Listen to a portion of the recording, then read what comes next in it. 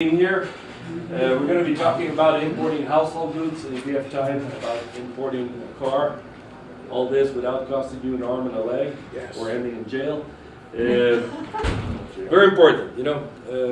Costa Rica is much different than most of you are. All of America? Anybody of Canada or Europe? Yeah, we're from Canada. Okay, Canada, United States only, right? Correct. Okay, yeah. Costa Rica, you have to understand that the government main income in Costa Rica is import duties. Why? Because they're very lax in collecting income tax or sales tax or anything like that. So the reason up until now, their main source of income, almost 42% of their income comes through customs. Reason being is they can hold your stuff for ransom until you pay. That's the only secure way they can collect money, you know? Give me your money, okay, you got your stuff, okay? So therefore, they are very, very strict and sometimes ridiculous regulations for the import of goods.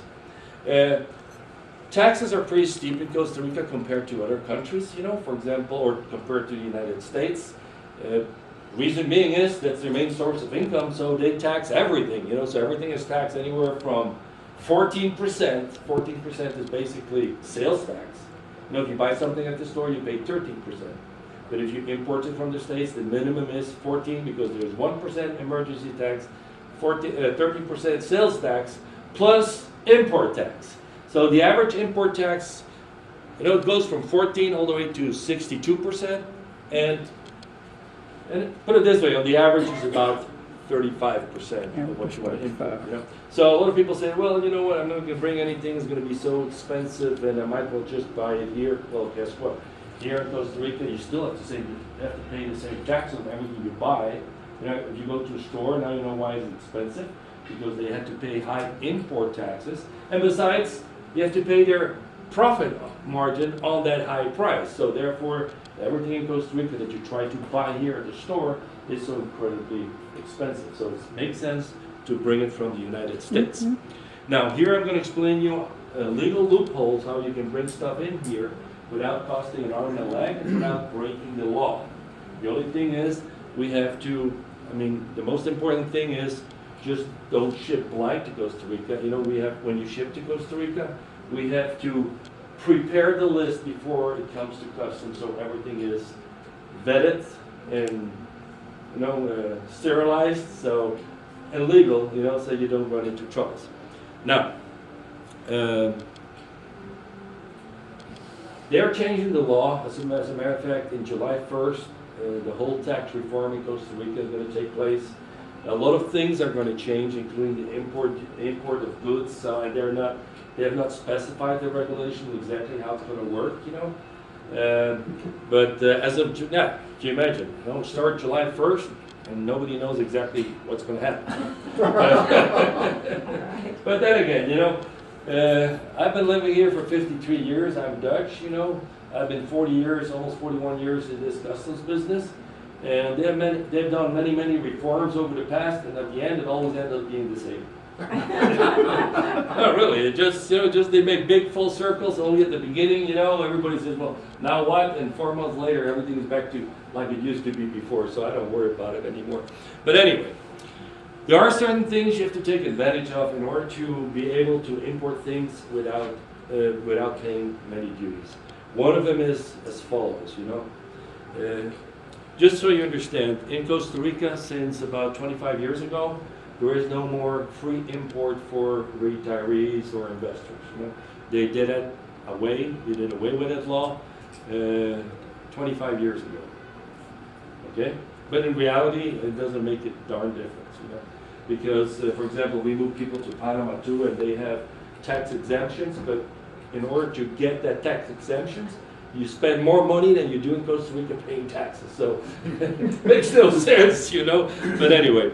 So if somebody says, oh, you know what, you get duty-free, it doesn't exist. 25 years ago since they did away with that. So the only people that get duty-free are diplomats accredited to, you know, Costa Rica. So if Mr. Trump accredits you to as a ambassador to Costa Rica, then you get duty free. If not, you don't. Okay. Now, about the same time, about 25 years ago, Costa Rica wanted to become a tourist attraction. They saw that Mexico was attracting a lot of people, you know, going to Mexico for tourism, Puerto Vallarta and Acapulco, and they were raking in millions, you know, for tourism. So Costa Rica says, we want that too. So they started advertising Costa Rica worldwide, you know, nice, green, I mean, pura vida. Okay, worked pretty good, because that's the reason you're sitting here, you know, it worked. So, but in those days, there was a problem. In those days, because those days, import duties were higher. You know, for example, on a car, import duties were between 100 and 300%. On appliances, they used to be anywhere between 200 and 400%. You know, so smuggling was a good business. Mm-hmm. It was. Yeah. So what happened is, you know, so they started advertising Costa Rica, and here come the tourists. Figure out 25 years ago, here come the first tourists to Costa Rica. What did a tourist have 25 years ago? Well, a VCR. Remember those VCR? This big. Now you think he works probably for a newscast or something. Somebody goes with this thing, you know. In those days, to listen to music, what did you have? Boom boxes. Mm-hmm. Yeah. Remember, people? No, really. Zillion watts, boom box. Worked really nice, good sound, you know. Anyway. Huh? Yeah. Now everything is in a cell phone. But in those days, you know. So what happened is those people normally brought a boom box. You know, they would bring a video camera, you know, because right, I'm going to record Costa Rica. Now you do it with your little. No, but in those days there were big, huge items, you know. So they came to the airport with their toys, you know, and the guy at customs would say, hey sir, what do you got there? Yeah, it's my Panasonic CCC TV, high definition. No, they didn't have high definition. They had CCC, they call it, right? Video camera. Oh, really? Can I see it? Oh, sure, it's really nice. Look, it has all this features. No, I want to see it. So you would take it, look at this brand serial number. Oh, here it says brand serial number.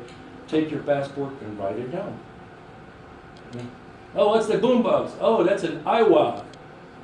3,000 watts. Oh, sure, let me look at it. Iowa 3,000 watts serial number. Good. What else do you have? Oh, Discman. Okay, bring me the Discman. He would write it down in your passport. People said, why? Maybe we get free insurance. No, nothing like that. What happened is, because they paid so high import duties, what happened is you're in Costa Rica, you're filming, and when you're done, the guy, the taxi driver, or the tourist guy, or the guy at the hotel says, sir, I want to buy your camera. Well, I paid $2,000 for it. How much do you pay for it? I'll give you the $2,000. Well done. Honey, we're done with the movie. Why don't you just sell it and buy a new one? Now they have CCCCC cameras instead of this CC, okay? So you sell it, you know, you're happy, you know, $2,000, and now you're going to take the plane, and the guy at customs says, can I see your passport? I say, oh, sure. Where's your video camera? Stolen. Where's the report that it was stolen? I didn't bother. Okay, no bother, but now you have to pay so many $1,000 import duties. Why don't you come over here and sit down and, you know, you got money? Because now you have to pay money. So those tourists started really making big complaint to the tourist board, you know. Hey, we come to Costa Rica and these guys are harassing us to death at the airport, you know.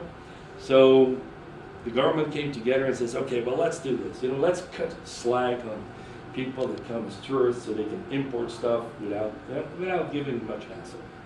So they wrote an article into the customs law that still is current, you know. So I would recommend that you take advantage of it and use. I call it a tourist law. There's no such thing as a tourist law. It's just an article for tourists, you know. But it's easier to remember as a tourist law. So you have to try to take advantage of it, because this way you don't pay duties on a lot of items. Or if you ship it any other way, you would. You know, for example, this, what I call tourist law, says that whomever is an adult and has been out of the country for more than 72 hours, when he comes to Costa Rica, he is allowed to bring with him as luggage a whole bunch of stuff, duty-free, that otherwise would be taxed, as long as they conform to certain conditions and criteria. So let's analyze this article a little bit further. It says, anybody has been out of the country for 72 hours. What does that mean? Well, it has to be an adult. Here an adult is 18 years. You know, here in 18 years you can drink, vote, do whatever you want. Okay? So if you just came to Costa Rica last week and you've lived in Canada your whole life, you qualify because you've been out of Costa Rica for more than 72 hours and you're an adult. Okay? Then the rule says you have to bring it with you as luggage. What does it mean? Is you cannot ship it DHL or ship it with a mover. You have to bring it with you as luggage. Now, how do customs know if you shipped it as luggage or air cargo? Well, with luggage, you get a luggage tag. Air cargo, you get an airway bill. So airway bill, pay duties, luggage tag, no duties. Okay? That's the definition. Okay. Then it says that whatever you bring has to be within reason for your stay in Costa Rica. Okay, so I cannot say, well, you know what, I brought there 600 pants and No, you didn't. What are you going to do, change your clothes every 5 minutes in Costa Rica? You know? No. Okay. Then it says whatever article you bring has to be one per person. So for example, if you have this thing here, you only bring one. Okay? And it has to be factory made to be portable. Okay. Because you're a tourist, you're a mobile person, right? So in those days, for example, if you brought in, laptops were basically just starting, 25 years ago, but if you bring a laptop, no problem. It's portable, you can bring it. If you brought a desktop, no. Why? It's not portable. In those days, the TVs, they were the box TVs. We didn't have flat screen. So in those days, if a box TV had a handle and rabbit ears, those little antennas, it would be a portable one. If it didn't, then it would be a tabletop and you would have to pay duties. Now, and you could be very creative and go home and put some duct tape, a handle to it and stick some wires to it, but it wouldn't fly because it wasn't factory made to be portable. Okay? And there's a whole list of stuff that you could import that way. Now we don't bring those box. I mean, they use it as target practice now, those box TVs. Now everything is flat screen. So now the rule is if it's 21 inches or less, they consider it a portable flat screen. If it's 21 inches or more, they consider it a tabletop TV. But basically what I'm trying to say is try to bring as much as you can because TVs pay 52 to 62% import duty. So it's important to try to bring, as much as you can with you on the plane. Now it has to be stuff, that, for example, you can bring a flat screen TV, you can bring your clothes, you can bring a lot of stuff like that, and you don't pay duties on it, that otherwise you pay duties, but try to keep it within reason, I had a lady that bought one of those fancy new $400 vacuum cleaner that scrubs, vacuums, polish, does the whole 9 yards. Those ones that have you put water in it, does the whole 9 yards, and she brought it with her as luggage. And it didn't fly because tourists don't come with a vacuum cleaner. She could have said, well, you know what, I'm a modern witch. We changed the broom for a vacuum cleaner, but it doesn't work. Doesn't work, So keep that in mind, So anything that is, bring a. Well, anyway, bring a TV, bring your laptop, computer, bring little stuff like that, and try to load up as much as you can because this way you don't pay any duties at all. Now, what's the bad thing with bringing stuff with you as luggage? It's the airline because they limit the amount of stuff you can take with you as checked luggage. So I strongly recommend people that try to bring as much checked luggage as you can. And sometimes you can even upgrade to first class or business class and because they give you more luggage allowance. They do. So a lot of times some customers have said, you know what? It was cheaper for me to upgrade to business class, and I get more allowance for checked luggage, plus I get more free luggage, than me pay. If I would have paid coach, it would have been more expensive, and besides, they don't